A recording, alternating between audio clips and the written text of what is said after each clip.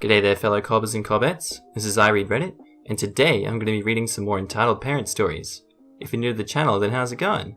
I upload here daily, and if you don't want to miss out on any new stories, then feel free to boomerang, dingo, Kevin Rudd that subscribe button. Now get some tucker, put some more shrimp on your barbie, and brace yourself for some more Entitled Parent stories. So you folks have asked for more Karen stories, and who am I to deny you? Let's go back 1 year ago, to the gated master plan community I live in. Most of the neighbours in the tract of the community I live in have moved in. My wife and I decided, why not throw a barbecue, meet the neighbours. The day of the barbecue, a moving van pulled up, and out came Karen, wearing her LuLaRoe leggings, her hair in the classic speak to the manager cut, and a Starbucks coffee in hand. She got out and marched over, seeing me in my garage. Hey you! I'm a single mother, just got divorced, and I need you to help me move some of my heavier things. Me, cue deer in the headlights. I'm getting ready to host a barbecue, but I guess I can help you lift some of the heavier things.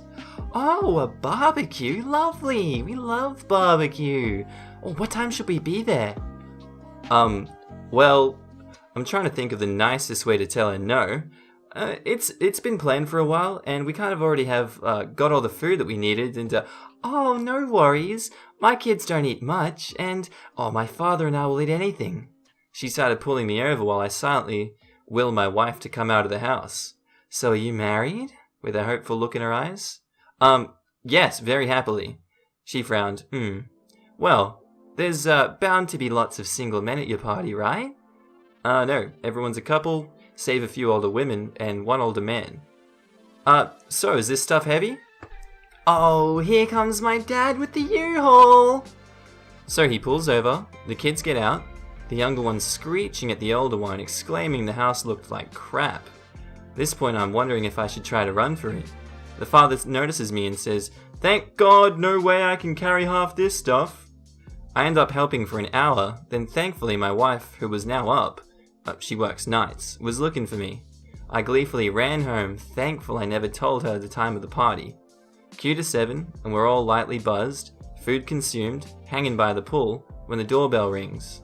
It's Karen. The kids who were fighting, and her poor father who looked like this was the last place he wanted to be.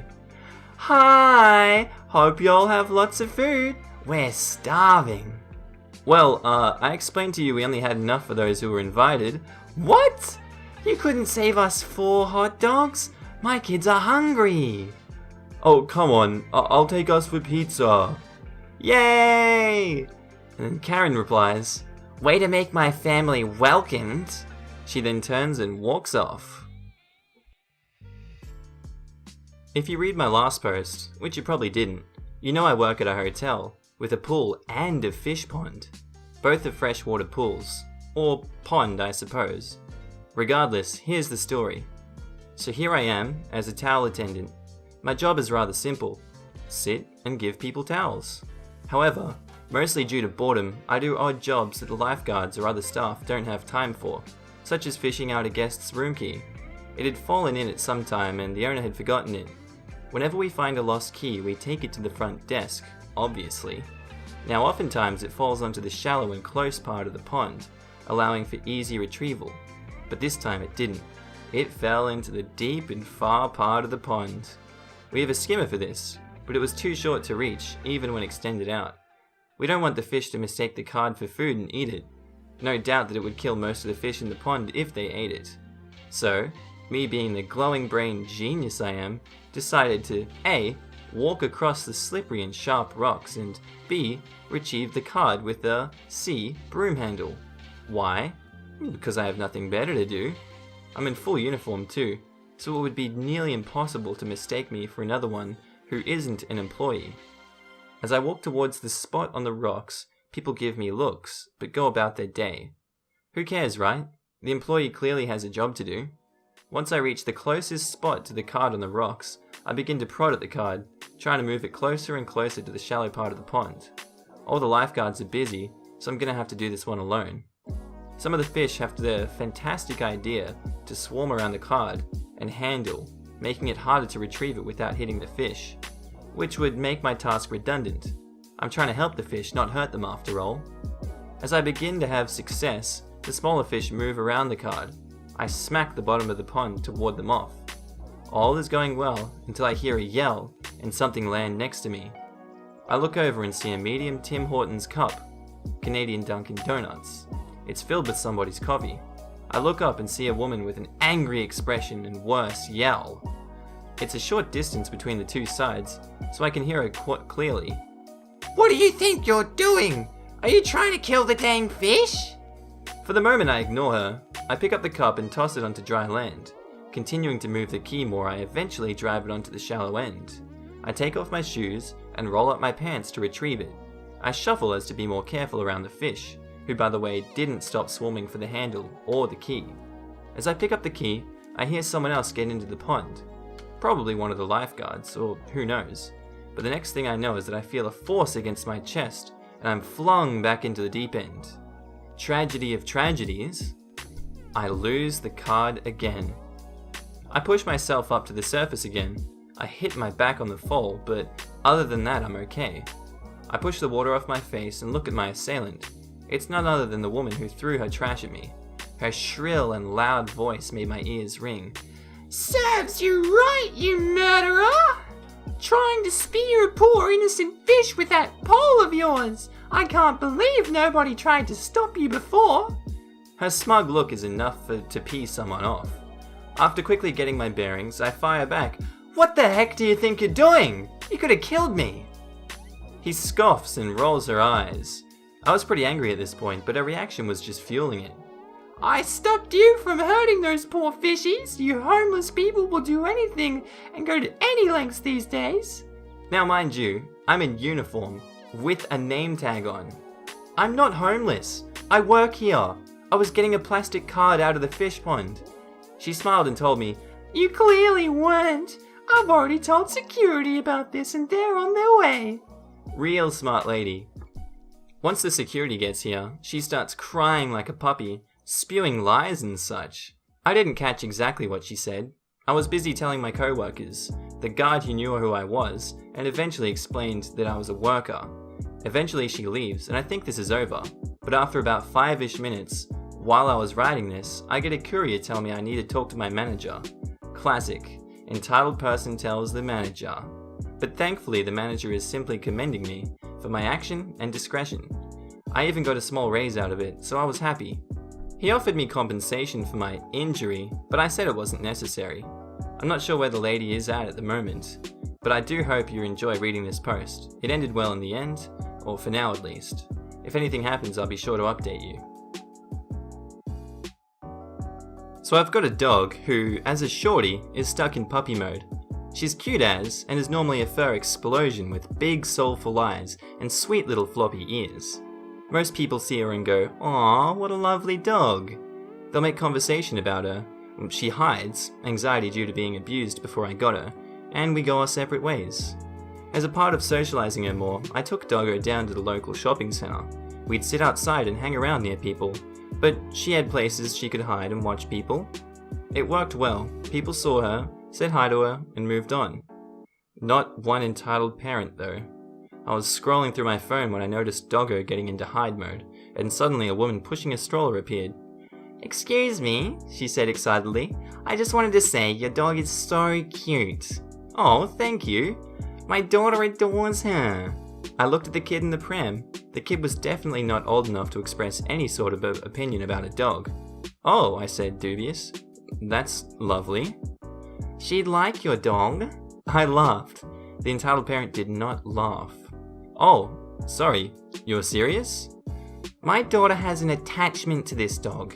You're doing them a disservice if you didn't let them grow up together." "Your daughter hasn't even touched my dog. There's no attachment." "I know these things. My daughter needs that dog." "Your daughter will not be getting my dog." The entitled parent scowled. "Oh, I have to say, you're being very rude about this. Why don't you want to separate a girl from the dog she loves?" I chose not to dignify that with a response. Instead, I chose to put my headphones in, scoop Doggo up, and walk back home with her. I'm sure Doggo was devastated about missing out on her new life with that family. But sadly, we don't always get what we want. And fortunately, on our later trips to that shopping centre, we never saw that entitled parent again. Hi, I'm a doctor, and I found this sub just recently. This happened a few years ago, but it's still stuck with me. I was working the emergency response unit night shift around 3 in the night. With me, there were one other doctor, 2 nurses, and a nice lady at the front desk managing everything. We were treating 2 people when entitled mum and a nice kid, 4 to 5 years old, enters.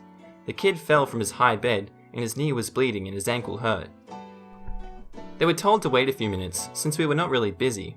I'm just helping the gentleman I treated when we get the message of a really bad car accident and 3 emergency transports are on the way to us, a child included. I immediately called 2 additional doctors, a pediatrician, additional nurses, and tell them to prepare the operating rooms, just in case. So, they arrive. Turns out we could treat everyone without operation, except for the child. He'd been injured pretty bad and needed surgery. It was looking really bad.